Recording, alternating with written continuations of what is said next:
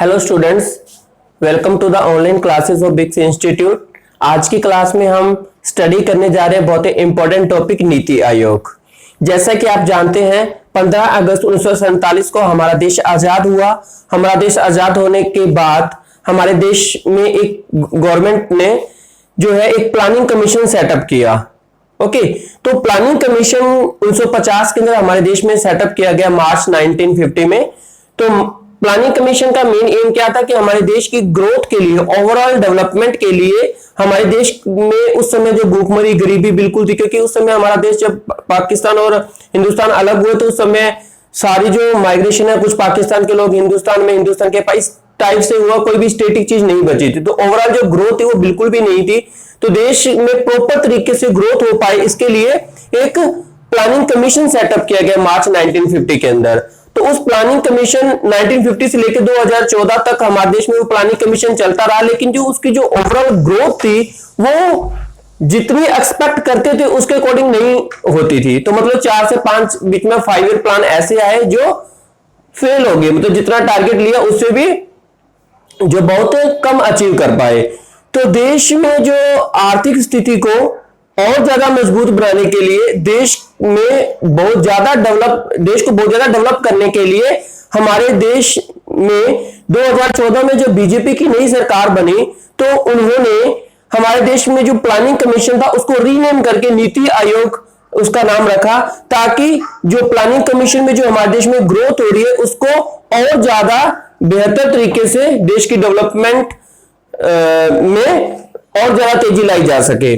तो 15 अगस्त 2014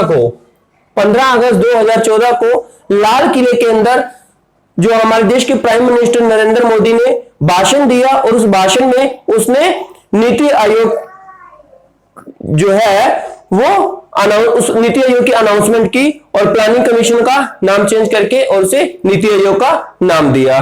किसने दिया? हमारे देश के प्रधानमंत्री नरेंद्र दामोदर दास मोदी ने ऐसा किया। उसके बाद ये जो अनाउंसमेंट हुई 15 अगस्त 2014 को, उसके बाद इसका जो इंप्लीमेंटेशन है ये इंप्लीमेंट कब से हुआ? 1 जनवरी 2015 से। आज अप्रोक्सीमेटली 6 साल खत्म हो चुके हैं, 7th ईयर रनिंग है जिसमें देश में नीति आयोग चल रहा है। तो उसके बाद कभी कभी एग्जाम में पूछा जाता है कि नीति आयोग की फुल फॉर्म क्या है? National institution for transforming India. NITI Aayog की फुल फॉर्म क्या है? National institution for transforming India इसकी फुल फॉर्म है। एग्जाम में पूछा जाता है नीति आयोग के चेयरमैन कौन होते हैं? तो जो हमारे देश के प्राइम मिनिस्टर होंगे वही नीति आयोग के क्या होंगे? चेयरपर्सन होंगे। तो इसका आंसर होगा प्राइम मिनिस्टर। प्रेजेंट टाइम में प्राइम मिनिस्टर जो होगा वही क्या होगा? नीति आयोग का चेयरमैन होगा। तो हमारे देश के अभी प्राइम मिनिस्टर नरेंद्र मोदी हैं, वो हमारे देश के नीति आयोग के चेयरपर्सन हैं या चेयरमैन हैं। ओके, उसके बाद पूछा था इसके सीईओ चीफ एग्जीक्यूटिव ऑफिसर कौन है नीति आयोग के? तो उसका आंसर है Shri Amitabh Kant is the present CEO of NITI Aayog. इसके अदर मेंबर्स कौन कौन से होते हैं? प्राइम मिनिस्टर इसका चेयरमैन होता है। सीएम ऑफ ऑल स्टेट, जितने भी स्टेट हैं उन सबके सीएम इसके मेंबर होते हैं। और lieutenant governor of union territory, जितने भी यूनियन टेरिटरी हैं उनके जो लेफ्टिनेंट गवर्नर होते हैं वो इसके मेंबर होते हैं। जैसा कि आप जानते हैं कि कोई भी स्टेट है उसके अंदर सीएम तो होगा ही होगा। ओके, और यूनियन टेरिटरी में लेफ्टिनेंट गवर्नर जनरली होते हैं। तो ये सारे हमेशा एक्टिव रहते हैं। तो इसका मतलब है कि जो नीति आयोग है उसके जितने भी मेंबर्स हैं वो सारे एक्टिव हैं। समय समय पे मीटिंग होती रहती है और देश की आर्थिक स्थिति और अदर जो भी देश को ग्रोथ करने के लिए जो जो चीजें चाहिए, जो प्लानिंग चाहिए, वो समय समय पर इनकी मीटिंग होती है और वो कंटिन्यूटी में देश की ग्रोथ को, जो देश की ग्रोथ की जो स्पीड है उसको और ज्यादा फास्ट मूवमेंट मिलती है।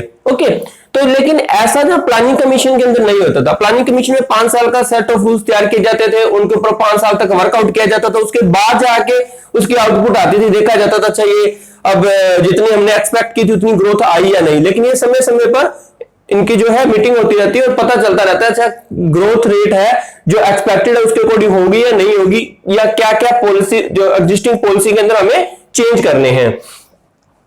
उसके बाद आता है इसका वाइस चेयरमैन। इसके वाइस चेयरमैन कौन है? इसका जो जब ये नीति आयोग बना था तो इसका पहला वाइस चेयरमैन कौन बना था? अरविंद पनगड़िया। प्रेजेंट टाइम में कौन है? ये प्रेजेंट है। प्रेजेंट टाइम में इसके जो वाइस चेयरमैन है वो डॉक्टर राजीव कुमार है। ओके, अब इसके अदर मेंबर है, फुल टाइम मेंबर कौन कौन है इसके अदर फुल टाइम मेंबर है श्री वीके सारस्वत और प्रोफेसर रमन चंद और उसके बाद डॉक्टर वीके पॉल। ये इसके जो है फुल टाइम प्रेजेंट मेंबर हैं इस नीति आयोग के। उसके बाद एक्स ऑफिस जो मेंबर्स हैं वो कौन कौन है इसके? तो जैसा कि आप जानते हैं कि कुछ एक्स ऑफिसर का मतलब क्या होता है कि किसी पोस्ट के ऊपर होते हुए किसी अदर डिपार्टमेंट की कमांड को संभालता है जो व्यक्ति, उसको क्या बोला जाता है? एक्स ऑफिशियो चेयरमैन या एक्स ऑफिशियो मेंबर। जैसे कि श्री राजनाथ सिंह इसके एक्स ऑफिशियो मेंबर हैं। तो हमारे देश में राजनाथ सिंह जो है वो डिफेंस मिनिस्टर है, तो वो डिफेंस मिनिस्टर के साथ साथ नीति आयोग के एक्स ऑफिशियो मेंबर भी हैं। उसके बाद है श्री अमित शाह, हमारे देश के होम मिनिस्टर, गृह मंत्री हैं, तो ये एक्स ऑफिशियो मेंबर है। उसके बाद श्रीमती निर्मला सीतारमन, ये फाइनेंस मिनिस्टर हैं और एक्स ऑफिशियो मेंबर है नीति आयोग के। उसके बाद श्री नरेंद्र सिंह तोमर, ये minister of agriculture and farmer जो, और इसके पास एक डिपार्टमेंट और है मिनिस्ट्री ऑफ पंचायती राज, ये इसके मिनिस्टर हैं। तो ये चार व्यक्ति ऐसे हैं जो एक्स ऑफिशियो मेंबर हैं नीति आयोग के। ठीक है, उसके बाद कुछ स्पेशल इनवाइटीज भी हैं जो इसके साथ वर्कआउट करते हैं एज ए मेंबर। तो कौन कौन है? Shri Nitin Jairam Gadkari, Nitin Gadkari road and transport minister है हमारे देश के, ये भी नीति आयोग का एक पार्ट है, मेंबर है।